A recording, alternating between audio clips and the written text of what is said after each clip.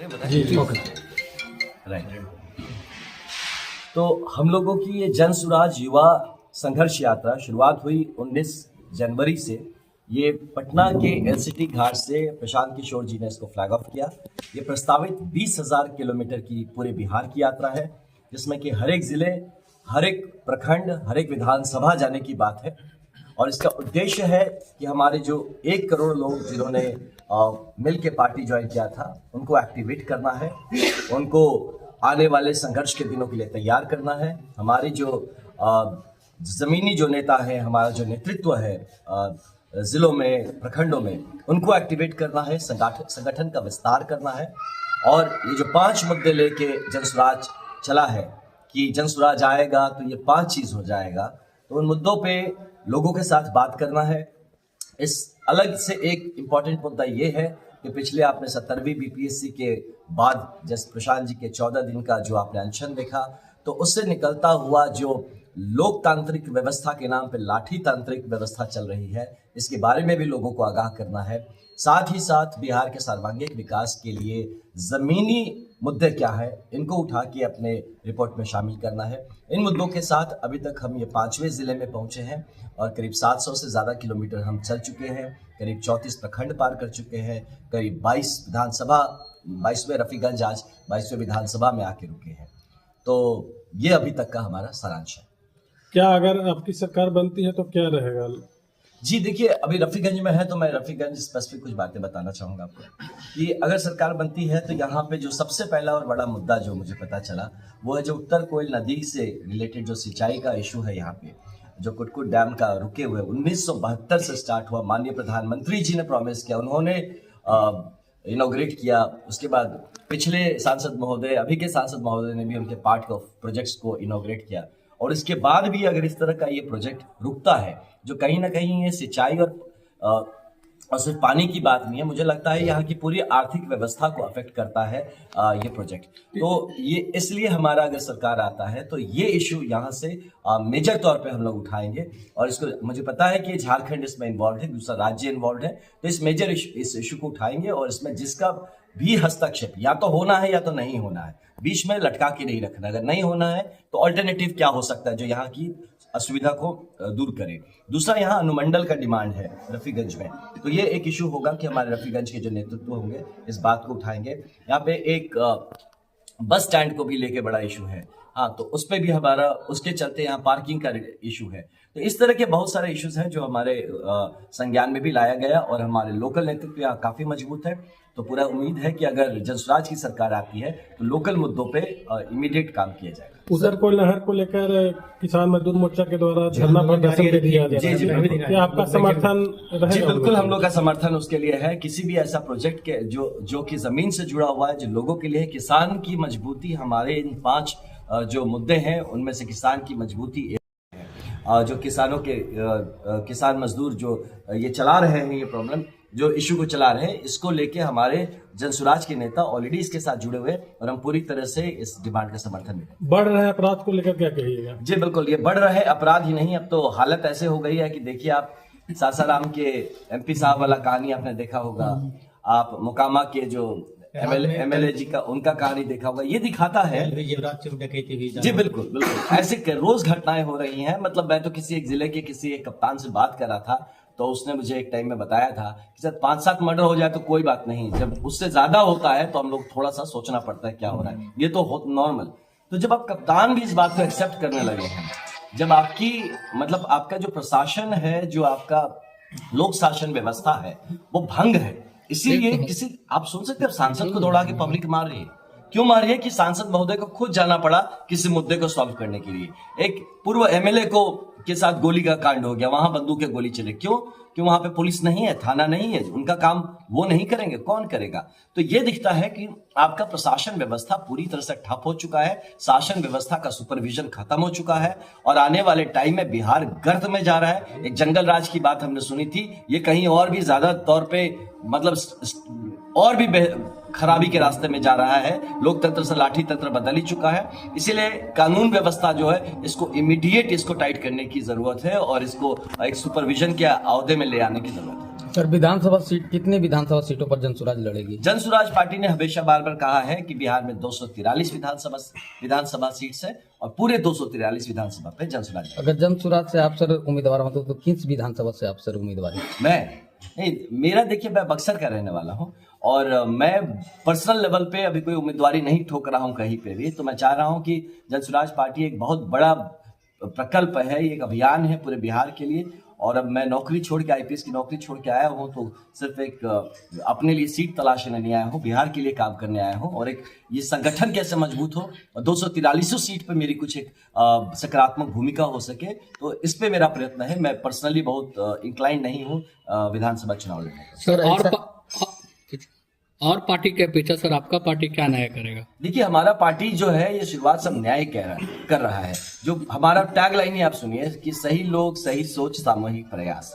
ये एक लोकतांत्रिक व्यवस्था का प्रथम चरण है। मुझे लगता है कि यहाँ राजनीति में आप जब भी यंगस्टर्स के पास जाते हैं, युवाओं के पास जाते हैं, लोग कहते हैं कि हमें पॉलिटिक्स में इंटरेस्ट नहीं, पॉलिटिक्स गंदा है।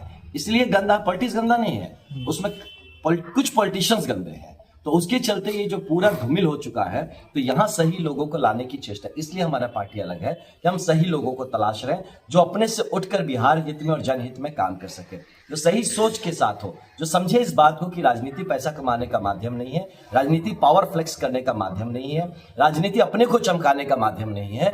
और वो सही सोच बिहार के हित में, बिहार के लोगों के हित में, यहाँ की युवा, महिला, बुजुर्ग, बच्चे, इनके लिए सही सोच लेके आए, इसके लिए काम और सामूहिक प्रयास में यकीन रखे। अकेला हीरो बनने वाली बात जो हो जाती है कि हम अकेले लीडरशिप में निकल गए या हम अकेले कर लेंगे, तो इस चीजों को से थोड़ा सा टूट के परिवारवाद भी उसका एक पार्ट है कि जिसमें आप देखिए बाकी हर पार्टी में आपको आज परिवारवाद दिखेगा। इन सबको तोड़ के एक सामूहिक प्रयास, एक लोकतांत्रिक व्यवस्था में एक सामूहिक प्रयास से आगे बढ़ सके। और एक ही बात हमेशा दिमाग में रहे कि हम लोग ये राजनीति, ये पार्टी बनी है सिर्फ और सिर्फ बिहार को उसका हक, उसका सम्मान दिलाने के लिए।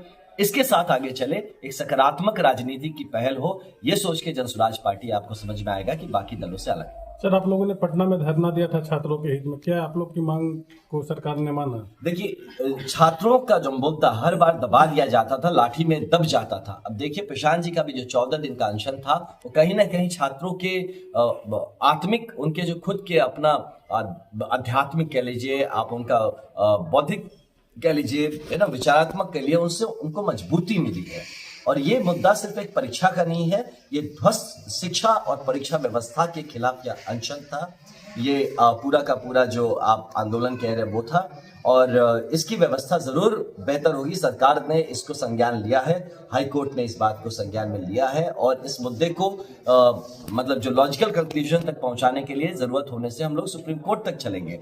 और यही नहीं, इसलिए राजनीतिक तौर पे आप देखिए, हम लोग भी निकले हैं, पूरे बिहार जा रहे हैं, हर एक गांव, हर एक कस्बे को जगाने का प्रयत्न कर रहे हैं कि जरूरत हो तो हम लोगों से ये अपील करेंगे, अब साथ दीजिए। इसका राजनीतिक हल अगर होना है तो जनसुराज उसका राजनीतिक हल निकाल के। सर, महागठबंधन के द्वारा एक आरोप लगाया जाता है कि आप लोग बीजेपी के कहने के अनुसार ही सारा काम करते हैं, तो बीजेपी की एक छोटा सा बी पार्टी है क्या बोल? देखिए, ये चीज समझ में देखिए, एक चीज देखिए, अभी दुर्भाग्यवश या जो भी कह लीजिए कि अभी एनडीए मजबूत है बिहार में, और जो आप इंडिया अलायंस की बात कर रहे हैं, जो महागठबंधन, वो विपक्ष में बैठे हैं। तो उनको लग रहा है अब जनसुराज पार्टी आएगा तो सबसे पहले होता है ना कि जो सबसे पीछे होता लाइन में वही खिंचा के बाहर निकलता है, तो उससे ये डर है कि ये हमको सबसे पहले गिराएगा। तो भैया, इसको बी टीम बना के वोटर्स को कंफ्यूज कर दीजिए। जो सबसे कमजोर है वो सबसे पहले गिरेगा। अब वो अगर राजद को लगता है, महागठबंधन में राजद ही है जो ये नैरेटिव चला रहा है, तो राजद को लगता है कि वो सबसे कमजोर है, उसको पता है कि उसका जो किला है वो अब धंसने वाला है, इसीलिए ये बार बार ये इस तरह का आरोप लगाता है। ध्यान रहे कि जनसुराज पार्टी बिहार की ए टीम है, वो किसी की बी टीम नहीं है। धन्यवाद सर। पूर्व आईपीएस रह चुके हैं सर, आप यूपीएससी तैयारी करने वाले छात्र छात्राओं को क्या संदेश रहेगा? मेरा सबसे पहले ये संदेश रहेगा कि अगर आपने यूपीएससी की तैयारी का सोचा, एक सपना लिया है, तो मेक श्योर कि इस सपने के साथ कॉम्प्रोमाइज ना हो, इसको पूरा करना है। ये जो दृढ़ता है, ये सबसे ज्यादा जरूरी है यूपीएससी क्वालिफाई करने में। यूपीएससी में कंटेंट का परीक्षा नहीं होता कि आपने क्या लिखा है, आपने कैसे लिखा है, इस बात पे ज्यादा ध्यान देना पड़ता है। तो इसीलिए आपकी जो खुद की वैचारिक समझ है वो जितनी क्लैरिटी से रहेगी, क्लियर रहेगी, उतना आपको अच्छे एग्जाम्स में अच्छे नंबर आने की संभावना है। दूसरा एक पार्ट आपसे कहूंगा, 10 किताब को एक बार पढ़ने से ज्यादा अच्छा है एक किताब को 10 बार पढ़ने। ये जब चीज आपके दिमाग में अच्छे से कोई बैठ जाता है तो आपका खुद का जो चेतना है आपकी आप पार्टी से आए हैं, आप जन सुराग में हैं, क्या इसमें नया लग रहा है आपको? सर नया इसमें यही है कि ये जो प्रशांत किशोर जी आए हैं वो व्यवस्था परिवर्तन के लिए आए हैं और ये बहुत ही अच्छी बात है कि एक बिहार का बेटा होने के नाते प्रशांत किशोर जी पिछले 2.5 सालों से पदयात्रा कर रहे हैं और आज हमारे रफीगंज में पूर्व IPS आनंद मिश्रा जी जो कि जन स्वराज पार्टी के युवा प्रदेश अध्यक्ष भी हैं, वो आए हैं 20,000 किलोमीटर चल करके वो रफीगंज अभी पहुँचे हैं और पूरे बिहार का यात्रा कर रहे हैं।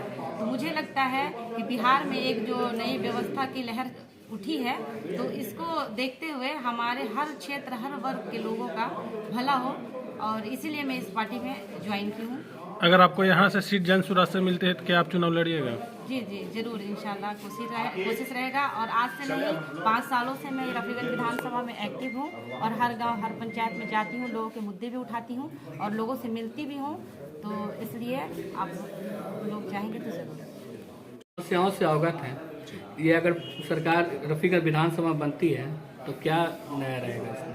अभी सर बता रहे थे हमारे आनंद मिश्रा जी कि यहाँ पे किस तरीके से करप्शन और क्राइम आम है, इससे बिहार के जनता एकदम त्रस्त है, तो उस पर फोकस रहेगा। और मैं रफीगंज को खास कर अगर मुझे मौका मिला, यहाँ के जनता मुझे मौका देती है तो रफीगंज को करप्शन फ्री बनाऊंगा और क्राइम फ्री बनाऊंगा। हालांकि ये नीतीश जी का नारा था, हम लोगों ने जंगल राज देखा 15 साल, तो ऊब करके फिर हम लोगों ने नीतीश पे विश्वास किया और इनका नारा था 3C, यानी corruption free, crime free, communalism free. लेकिन आप देखिए बिल्कुल ये एक जुमला बन के रह गया है और क्राइम, करप्शन, कम्युनलिज्म आम हो गया है। तो ये चीज जन स्वराज के सूत्रधार प्रशांत जी उन्होंने ठाना है कि इस पूरे के पूरे वादे को मैं धारा जमीन पे उतारूंगा और बिहार को अगले 10 सालों में अग्रणी श्रेणी में ले आकर के मैं रखूंगा। ये संकल्प लिया। इसी संकल्प के साथ हम तमाम बिहारी प्रसाद जी के साथ, जन स्वराज के साथ हैं। सर शिक्षा को लेकर आप सर एक शिक्षक भी हैं और सर शिक्षा को लेकर सर आपकी पार्टी की क्या सोच है? मेरी पार्टी का पहला मुद्दा तो ही शिक्षा पे ही है। हमारी पार्टी ने ये घोषणा की है, 5 घोषणा है, उसमें से पहला घोषणा ये है कि अगर हमारी सरकार आती है तो मैं शिक्षा को वर्ल्ड लेवल एजुकेशनल सिस्टम में यहाँ इम्प्लीमेंट करूंगा। लेकिन चूंकि इस काम को करने में थोड़ा टाइम लगेगा, तो जब तक इस काम को मैं नहीं ला देता हूं तब तक सरकार अपने तरफ से उन गरीब बच्चों को जो इंग्लिश मीडियम स्कूल में नहीं पढ़ सकते हैं उनको मैं इंग्लिश मीडियम में एडमिशन करवाऊंगा और सरकार इसकी पूरी की पूरी भुगतान करेगी। शिक्षा व्यवस्था को पूरी तरह से संकल्पित है ये पार्टी सुधारने के लिए, चूंकि बेगर शिक्षा का एक अच्छा समाज का हम कल्पना नहीं कर सकते। क्या नाम? मेरा नाम, एक बात और मैं जोड़ना, मुझे यहाँ से मौका मिलता है तो मैं शिक्षा के जगत के लिए मैं रफीगंज के सरजमी पे एक बड़ा सा इंस्टीट्यूशन बनाऊंगा जहां पे हमारे रफीगंज ब्लॉक के सारे बच्चे फ्री में एजुकेशन लेंगे और टॉप क्लास का क्वालिटेटिव एजुकेशन मिलेगा इंशाल्लाह। आपका नाम? मेरा नाम मास्टर आरिफ रेजा।